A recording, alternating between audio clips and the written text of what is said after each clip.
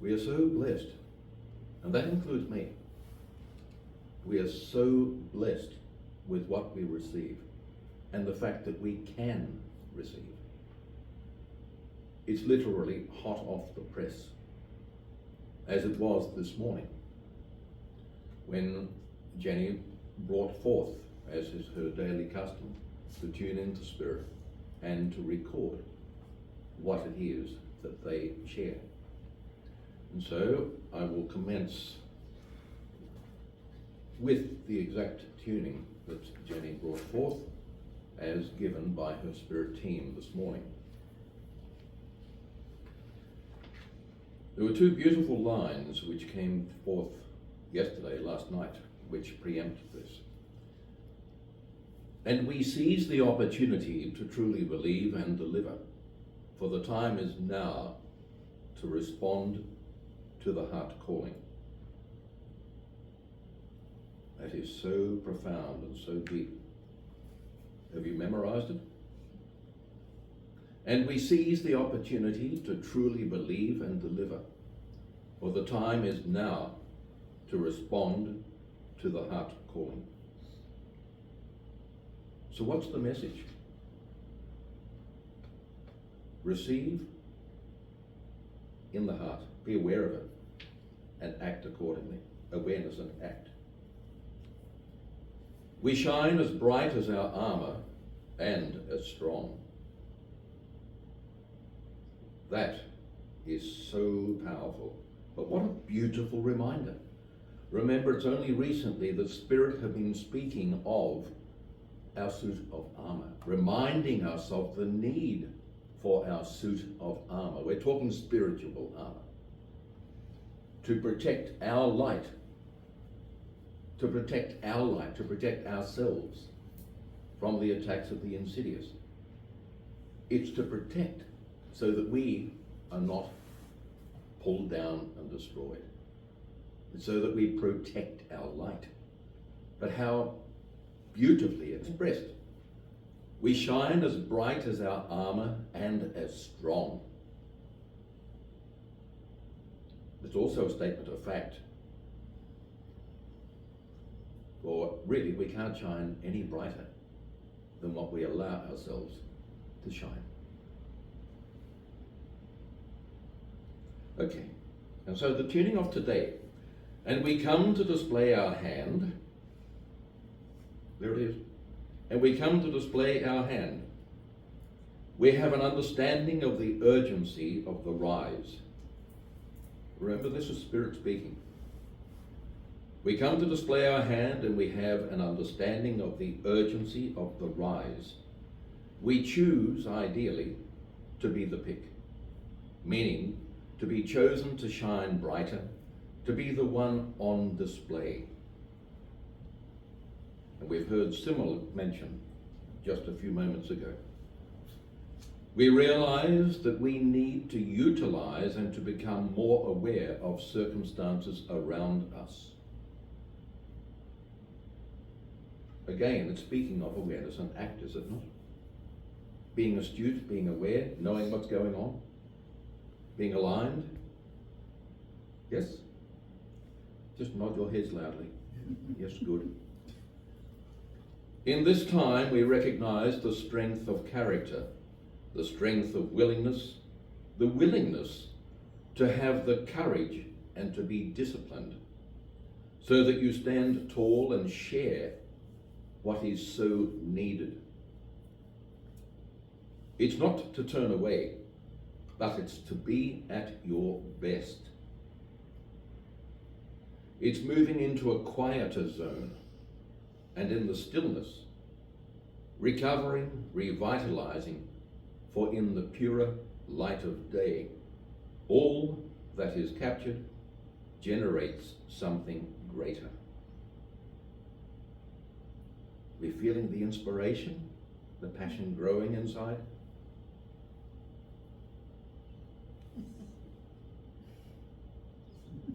Oh, I'm so glad about that.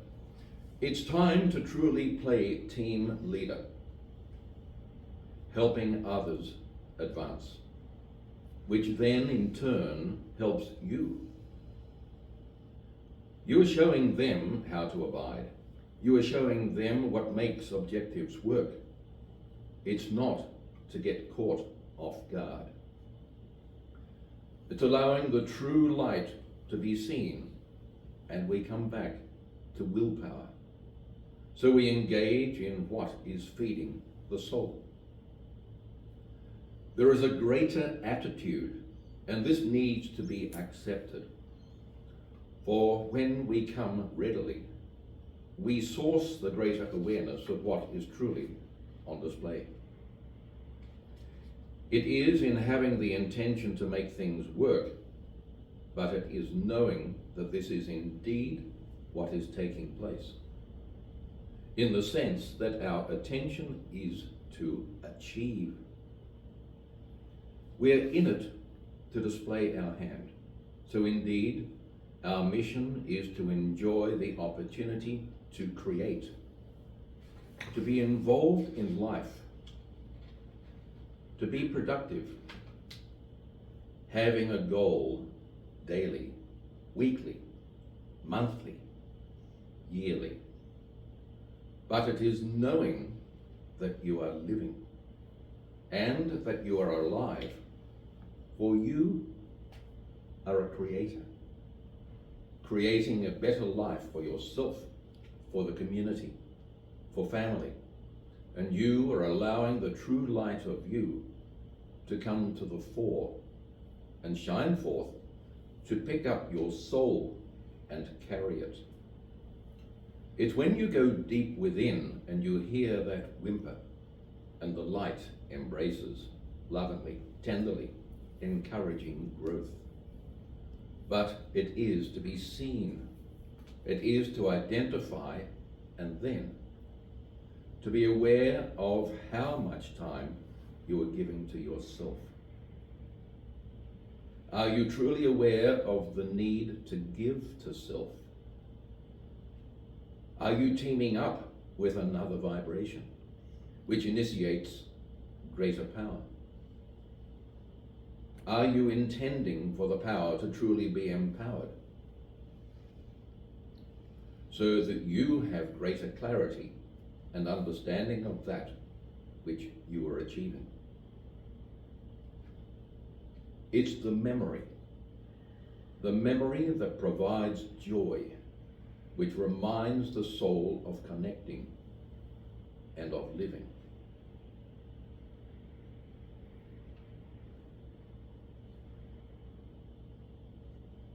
So we come to the end of the tuning for the day. So what is it we've learned from it? What inspiration have we taken from it? Have we allowed ourselves to receive as we've listened? Have we listened to the extent and depth that we can truly recall some of the points mentioned? Fear not if the answer is no. It means you're human. But it is as we listen, try to recall, try to embrace, try to absorb, try to accept. Because after all, the goal is to allow ourselves to further awaken. And as we further awaken, to further elevate. For as we do so, as they've already said here, it positions us with greater knowledge, greater preparation to effectively help others as they come into our mix. And in order to do so, it's for us to be prepared, equipped. They spoke of assuming the leadership role, my words. To be the leader is not to be the sheep, the follower, and is not to allow others to pull the wool over the eye either. But is to be the leader, be willing to see yourself as a leader, And by doing that, what you are actually doing is giving yourself permission to stand. We heard through Jenny earlier from Andrew how Jesus would, at any place, just stand on a rock, speak, teach. It's not to say you have to become the advocate and to be a voice in that way.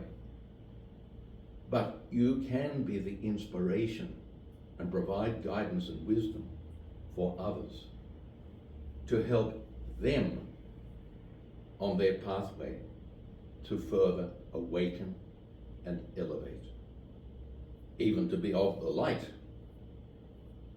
And that is most important. Many times we've heard mention of light workers. So what does it even mean? Do we view ourselves as a light worker? If so, why? It's a fair question to ask of the self.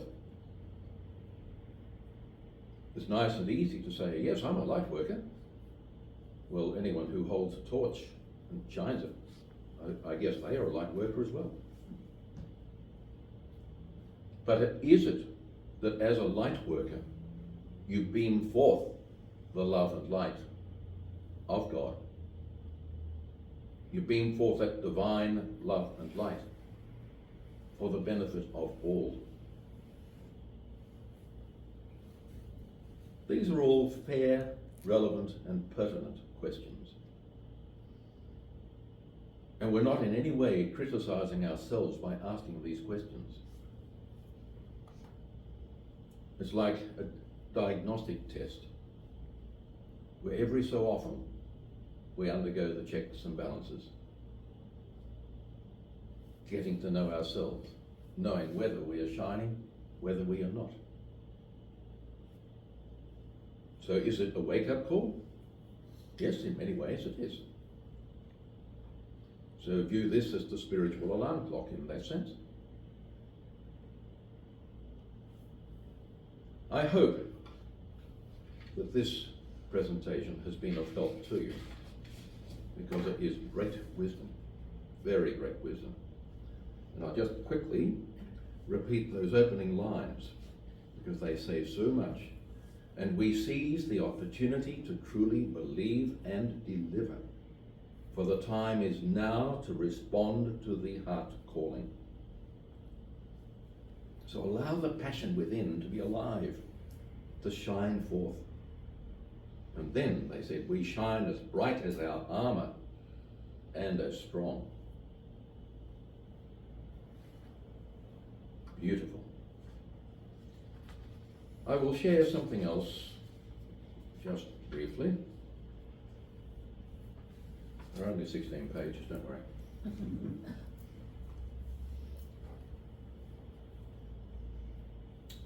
A priest dies and is waiting in line at the pearly gates. Ahead of him is a guy dressed in sunglasses, a loud shirt, leather jacket and jeans. St. Peter addresses the cool guy, and Andrew, you would know Peter very well. St. Peter addresses the cool guy. Who are you, so that I may know whether or not to admit you into the kingdom of heaven? And the guy replies, I'm Jim, retired Southwest airline pilot from Houston. St. Peter consults his list, smiles and says to the pilot, take this silken robe and golden staff and enter the kingdom of heaven. So Captain Jim goes into heaven with his robe and staff. Next, it's the priest's turn. He stands erect and booms out, I'm Father Bob, pastor of St. Mary's for the last 43 years. St. Peter consults his list and says to the priest, take this cotton robe and wooden staff and enter the kingdom. Just a minute, said the good father. That man was a pilot, and he gets a silken robe and golden staff, and I only get cotton and wood. How can this be? Up here, we go by results, says St. Peter. When you preached, people slept. When he flew, people prayed.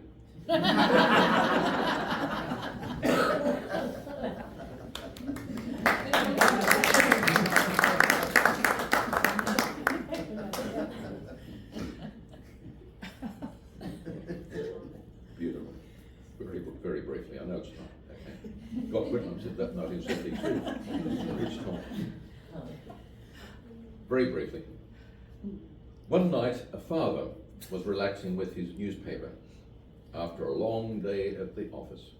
His son, who wanted to play, kept on pestering him. Finally, fed up, the father ripped out a picture of the globe of the world, which was in the paper, tore it into many pieces. Here, son, go ahead and try to put this back together. He said this, hoping this would keep the little boy busy long enough for him to finish reading the paper. To his amazement, his son returned after a couple of minutes with the globe of the world perfectly back together. When the startled father asked how he had achieved this, the son smiled gently and replied, "Dad, on the other side of the globe, there was a picture of a person. And once I got the person together, the world was okay." Thank you. There you go.